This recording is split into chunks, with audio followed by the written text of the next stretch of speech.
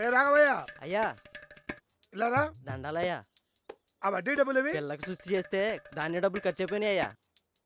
డబ్బుల సంగతి సరే, పిల్లకి ఎలా ఉంది? పిల్లకి ఇప్పుడు బాగానే ఉందయ్యా. వడ్డీ డబ్బులు తర్వాత ఇద్దు గానీ ముందు ఆ బియ్యం తాలూకు డబ్బులు ఇచ్చేవయ్యా, నాయుడు గారికి ఇవ్వాలి. అలాగేనయ్యా. సుబ్బారావు కొంచెం ఆగు. నీ కొడుకుని బాగా మేపి ఊర్లో పిల్లల్ని కొట్టమంటున్నావా? ఏమైందమ్మా? ఏమైందా? నీ కొడుకు నా కొడుకుని చితక్ కొట్టాడు. నీ మొహం చూసి ఊరుకుంటున్నా. ఊర్లో పిల్లల్ని కొట్టడం బాగా అలవాటైపోయింది. ఒకసారి జైల్లో పెడితే గాని బుద్ధి రాదు.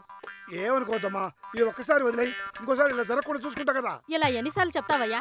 ఈసారి ఊరుకునేది లేదు. నా మొహం చూసి ఊరుకోమని చెబుతున్నా కదా. ముందు మా యదవ నానాలి. చచ్చినోడు. నా కొడుకుని చెడగొట్టాడు. ఊళ్ళో పనికిరాని యదవ. ఏంటి రాఘవయ్య ఇలాంటి కొడుకు పుట్టాడు? ఊళ్ళో అందరి చేత మాటలు పడేట్టు చేస్తున్నాడు. ఊరుకోండి అయ్య గారు, ఏదో చిన్న పిల్లగాడు తెలియక చేసి ఉంటాడు. తెలియక చేశాడో ఒళ్ళు బలి చేశాడో చెప్తాను ఆ సంగతి. తీరిగ్గా కూర్చొని అంట్లు తోముకుంటున్నావా? చెప్తారా నీ సంగతి? ఎందుకు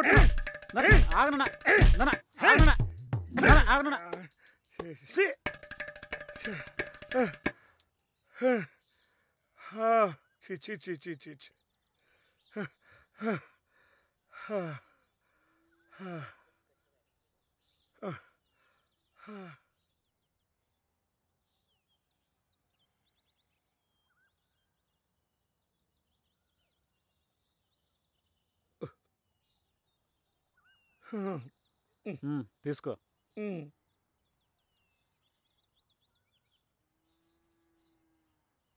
తిన్నా.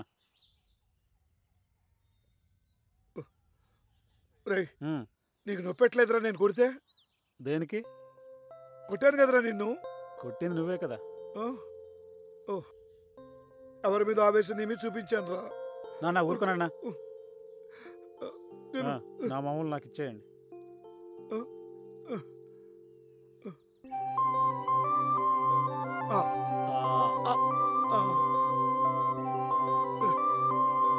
మరి అమ్మ ముద్దా స్నానం పెడతాను. అది అమ్మ ముద్ద ఇచ్చిన తినరా, తిను. తిను తిను.